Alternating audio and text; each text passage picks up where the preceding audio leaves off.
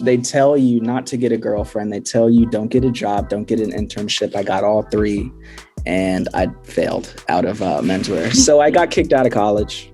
First things first, introductions. So if you can tell us about the origins of Noah Thomas, from going to school for menswear design to ending up in the editorial space, kind of how you got from like that point to where you are now. I grew up in the DMV, so Alexandria, Virginia. And ever since sixth grade, I knew I wanted to be in fashion.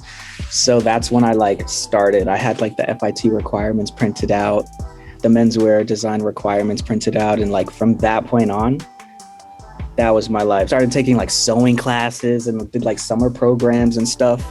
Went to school fairs and learned how to sketch really well. So I was really serious about it up until high school. And then I, applied to all these schools. I got into the menswear program at FIT, which is my dream. That was my dream, so it happened. And I failed the second semester because I had to hand sew a coat, and it was so bad. and the professor was a savant. He was Italian and 80 and started when he was 7. And then they tell you not to get a girlfriend. They tell you don't get a job, don't get an internship. I got all three and I failed out of menswear. So I got kicked out of college. You will not walk across this stage. Right before my last semester too. Right before my last semester, I got kicked out of college. But what saved me is that I always cared about internships. So I didn't care because I was real world experience is more important.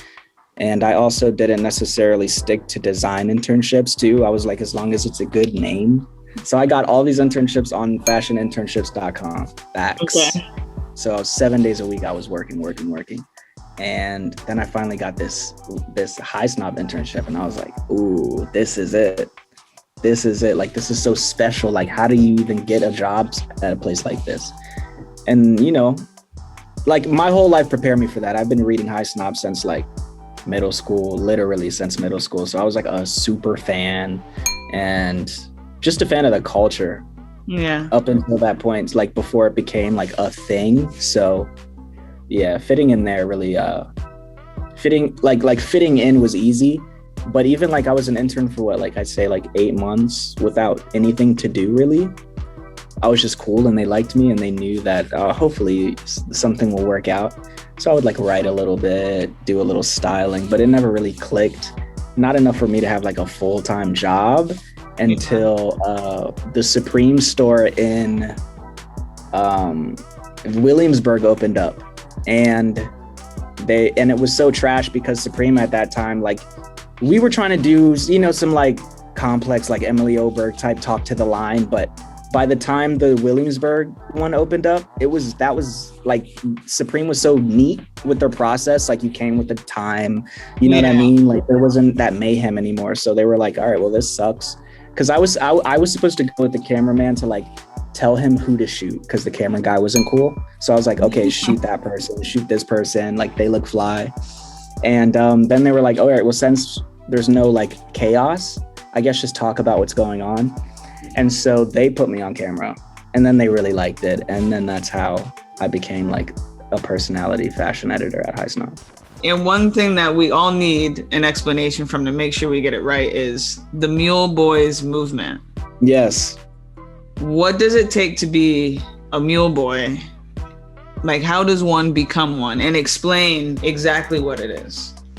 Okay, so the MuleBoyz. So how this started, me and who I did the Dropcast with and who is still my homie, and the editorial director of Nordstrom's for men also. So shout out to Gian for the big up flex. He I think he was wearing Birks one day, and I think I had on some Crocs, and he just was MuleBoyz, and I was MuleBoyz. Okay, and then but this is the thing, he took a photo of his shoe and people started to @ him and they kept hashtagging MuleBoyz, and then people were adding me. So then we kept getting ads. People started to literally just post their foot and send it. So we just kept reposting it. And then finally he just made an account. And I just started posting mules every single day. And then it is it's so crazy that it actually is like a legit thing now. But it was literally just posting mules every single day. I think it just turned into like, I had a pair of Crocs, he had these Birks, and I was wearing them every day. And then I was like, why doesn't no one, like, mules are so cool and nobody really talks about like this type of shoe. It's like a half shoe. It's like a leisure item, you know what I mean? It's a shoe where like you can't run in them.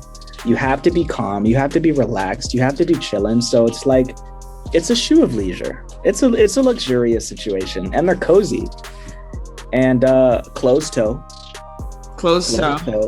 and butts out. So your butt has to be out, your heel. So always a closed toe. Always a closed toe. Butt out. Butt out. Exactly. Is it a mule if I take my heel and force it upon the shoe itself? That's nasty, and we don't respect you. We don't respect people that do that. That's not a mule, and it's honestly, that is blasphemy. And what do you think of, like, getting back onto sneakers, the sneaker industry as a whole right now, going back to the times that you're talking about when all the shoes that are basically cool and being retroed and resold now, nobody really gave a shit back then. So like, what is your opinion on like where we've gone from like that point to now it's this crazy commercial land we live in? Well, that's also why I can't really get into it all the way, because I really remember like kids waited in line for a shoe and wore it. I remember when like the Yeezy, I remember the kids in like for days, and they would really be there, and it was just friends, and it was cool, and it was all love, and they would just wait in line, buy the shoe, and that was it. You didn't really see them on eBay. You know what I mean? Like you couldn't really, like, I remember I really wanted like the Kid Cudi Bape tee, and it like was nowhere to, like there was like one on eBay that somebody was, it was just rare. Like it wasn't, people didn't sell things. And that's also like the rise of like the fashion sneaker too. So I was kind of under the impression like, I'm not about to wait in line, maybe not get it, go through all of this work, get a raffle to get a shoe that's like not even as quality as like this Rick Owens sneaker I could just walk in and buy. I'll never forget the time that I was walking into Dover Street Market when it opened up in New York, and there was like a Supreme collab, and me and my homie walked in there like, hey, you can't go to the top floor. And I was so offended because I was like, are you kidding me? If this is Dover Street Market, you mean to tell me I can go and buy Junya Watanabe and vet all of this crazy stuff, Gucci, but I can't go and get a $50 t-shirt? It's mind blowing too. So for me, it's like that. I don't like the fact that it's just hype. You know what I mean? Sometimes, yeah, I find myself just entering or drawing or getting on the sneakers app just for the L. The L has become traditional. It's the new tradition. Like, let me just have it so I could say I got it. Like, yeah, I tried and failed. It's just, that sucks. So that sucks. I don't know. I just feel like that part it's sad. Yeah. I just wish it went back to people that cared. Do you think it's possible to get back there, or we've come too far? I think in general, there needs to be a reset. Just social media has made being average such a bad thing. You know, if that makes any sense, like it's really, it seems like everyone wants to be creative and lit. And if you don't have these kind of fashion or drive this kind of car, you're a loser. You know what I mean? And so there needs to be a reset of like just values in the world. I don't know, like, do you care about this sneaker? Do you actually want that shoe? Do you really? You don't care. You just want to, you think you're trying to fit in or so. I don't know. There needs to be, I don't know, maybe the pandemic, maybe. I was kind of hoping like the pandemic would maybe kind of have a reset and make people find out what they care about. You know what I mean? Yeah. Like, I hope that fashion gets back to like people that really love it. I don't know. I feel like without I don't know. I really don't know, but it scares me to think about it. It makes me sad.